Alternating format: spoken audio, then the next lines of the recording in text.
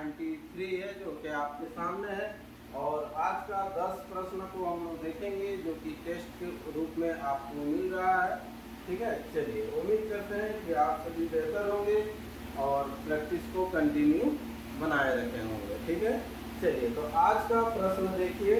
और जिनको टेस्ट देना है, ये टेस्ट 24 आवर्स पूरा ओपन रहता है, तो कभी भी जाके आप 15 से 20 मिनट का टाइम लेके टेस्ट दे सकते हैं। जो नए यूजर है, व्हाट्सएप नंबर दिया गया, इसमें सिंपल लिखिए मुझे टेस्ट देना है, तो आपको आईडी पासवर्ड मिल जाएगा और कंटिन्यू टेस्ट दे सकते हैं। तो आज का पहला प्रश्न टेस्ट के रूप में कौन क्या था देख लीजिए इसको। एक दुकानदार 114 रुपया प्रति किलो की दर से बादाम बेचता है। कैसे? 114 रुपया प्रति किलो की दर से और 5% की हानि उठाता है। 114 करके बेचेगा तो 5% का हानि होगा। यदि वह इसे 126 रुपया प्रति किलो की दर से बेचता तो क्या होता है ना। तो देखिए यहाँ पर 5% की हानि होता है। करेंगे हमेशा कितना होता है? 100 होता है लाभ हानि में। ठीक है, तो 5% का हानि होगा मतलब 95 के बराबर दिया हुआ 114। तो बोल रहा है कि 126 में बेचता तो क्या होता है? तो यहाँ पर ऑटोमेटिक फिलअप हो जाएगा, ये क्रॉस गुना कर लेंगे हम लोग। ठीक है, चलिए नॉर्मल सिंपल ही काटिए, पहले 2 से काटिए तो यहाँ हो जाएगा 6 और 3 हो जाएगा, यहाँ पर हो जाएगा 5 और 7 हो जाएगा। ठीक है, ये कितना से कटेगा? 19 से। 19 पछे होता है 95 और 19 किया होता है 57 ना। ये हो जाएगा 3 गुना 6, 3 के 3 21। 21 पछे होगा कितना? 105, यानी कि 100 से कितना ज़्यादा है? 5 ज़्यादा है, तो 5% का ये लाभ होगा। 5% का लाभ होगा। ऑप्शन सी आपके सामने आंसर होगा आज का पहला प्रश्न। ठीक है, चलिए छोटा सा प्रश्न था।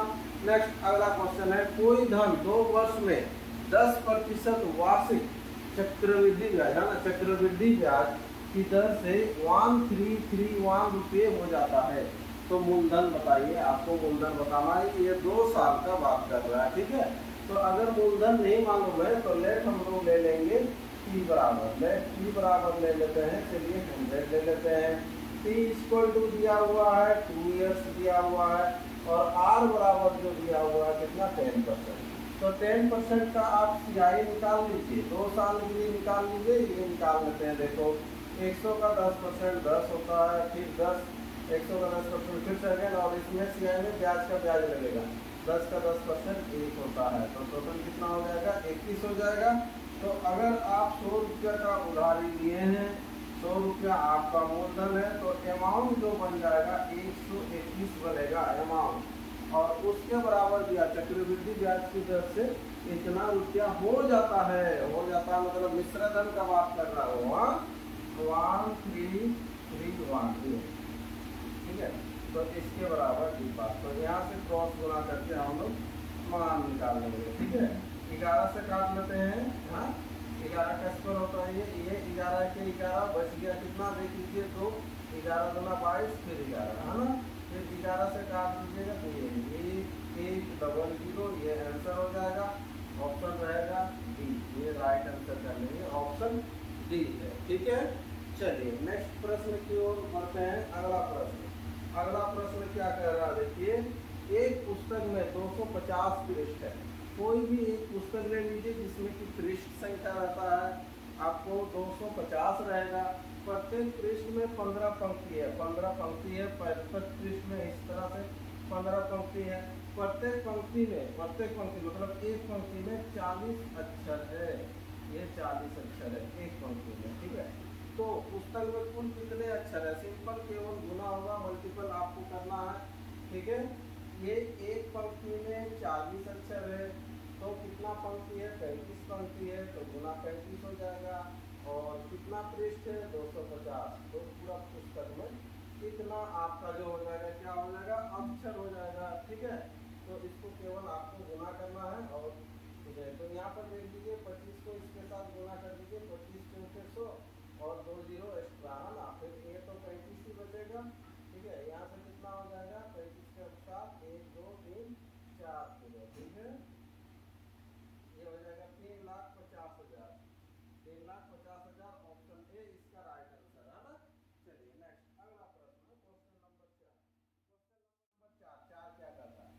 इसी कार्य को 80 दिन में समाप्त करने के लिए 140 आदमियों को कार्य पर लगाया गया। 140 आदमी काम करेगा, ठीक है। 50 दिन बाद 10 आदमियों को और कार्य पर लगाया गया, ठीक है। तो काम कितने पहले समाप्त होगा, ठीक है। तो यहाँ पर देख लीजिए, काम जो करते हुए जाएगा, क्या काम करेगा, ये जो है 140 आदमी 140 आदमी 80 दिन में काम को समाप्त करता है। ये टोटल है, ध्यान दीजिएगा, ये 80 डेज है, ठीक है, और 140 ये मेन है, ये आदमी है ना, ये काम को खत्म करता है। तो ऐसे काम करते हुए चलेगा, 140 आदमी काम करते हुए चलेगा, कितना दिन तक, 50 दिन तक काम करेगा, ये 50 दिन तक काम करेगा, है ना, 50 दिन तक काम करेगा, ठीक है।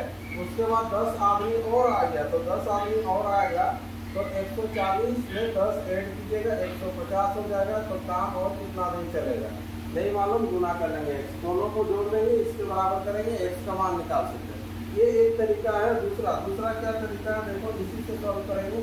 ये 140 आदमी है, 50 दिन काम किया, कर दिया। अब आदमी आया, 10 आदमी एक्स्ट्रा आया, उनके 150 आदमी हुआ। अगर आदमी नहीं आता तो वही 140 आदमी करता ना काम को, ठीक है। तो और कितना दिन लगता, टोटल 80 दिन लगता है ना, तो इधर 50 दिन किया था, तो और 30 दिन लगता, और कितना दिन लगता, 30 दिन लगता।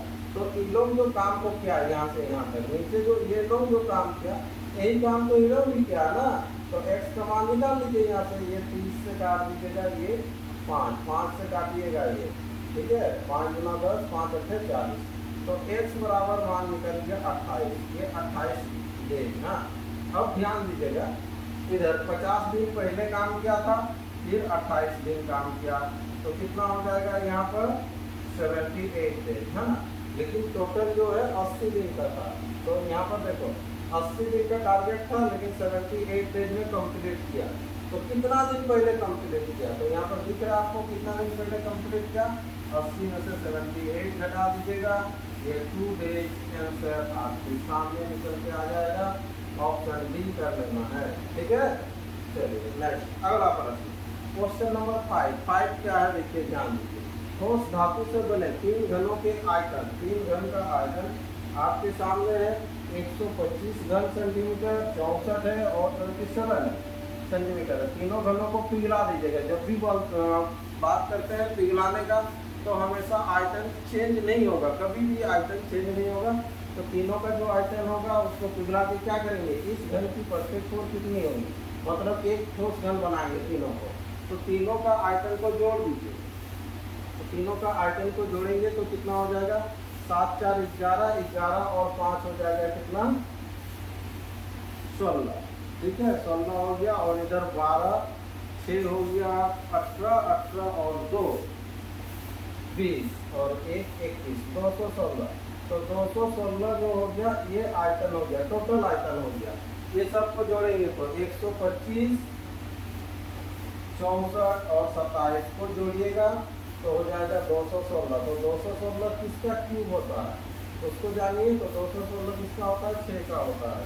तो इस फोर की जो लंबाई हो जाएगा ये 6 आंसर हो जाएगा, ऑप्शन हो जाएगा ये भी राइट आंसर। चलिए नेक्स्ट प्रश्न, अगला क्वेश्चन है, छोटा सा ये क्वेश्चन है, केवल आपको समझना है।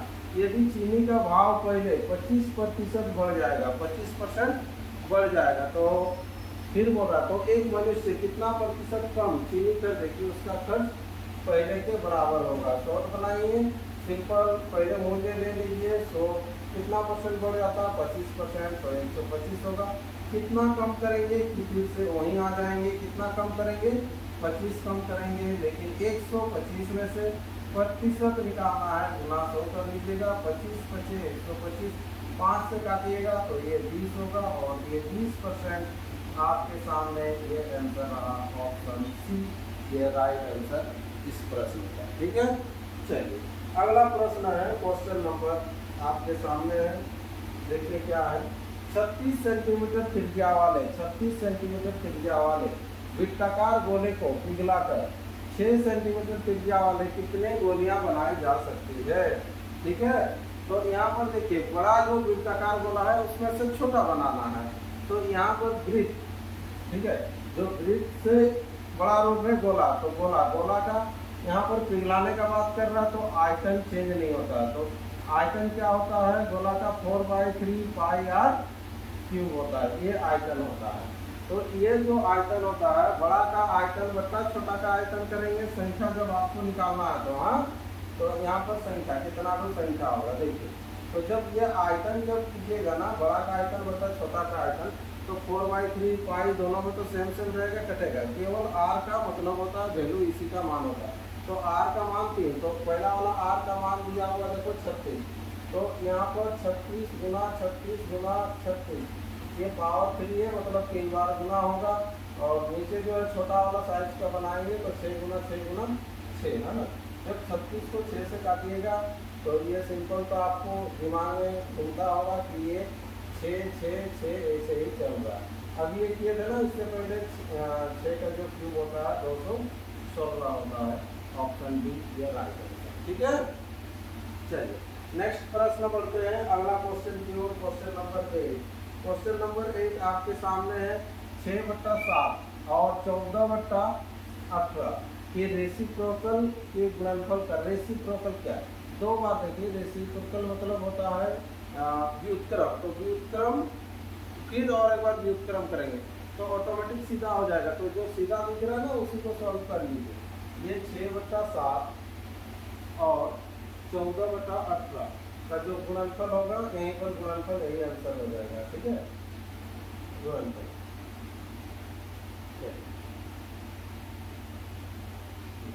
तो इसको काट लीजिए। ये 7 गुना हो जाएगा 14, 6 दिया हो जाएगा कितना 18, 2/3 आंसर आपके सामने रहेगा, ठीक है। ये 2/3 बार बार आपको उल्टा नहीं करना, 2 बार उल्टा करेंगे तो फिर से तो सीधा ही हो जाएगा। पानी से भरी बाल्टी का भार 36 किलोग्राम है। पानी है और क्या है, बाल्टी है। हाँ, पानी पूरा रहेगा प्लस बाल्टी रहेगा आपके सामने। अगर पूरा भरे रहेगा तो इसका जो वजन जो हो जाएगा ये 36 केजी इसका वजन होगा। फिर अगेन क्या कहता है, यदि आधी भरी बाल्टी, बाल्टी तो रहेगा पूरा, बाल्टी तो रहेगा लेकिन पानी रहेगा आधा रहेगा, है ना। पानी रहेगा क्या रहेगा, आधा। पानी बाई 2 कर देंगे, इस तरह से रहेगा तो इसका वजन घट जाएगा, ये 21 केजी होगा। तो आपको पूछा तो खाली बाल्टी का भार कितना है, टाइप में भी ऐसा प्रश्न था, है ना। खाली बाल्टी का भार क्या, तो बाल्टी निकालना है।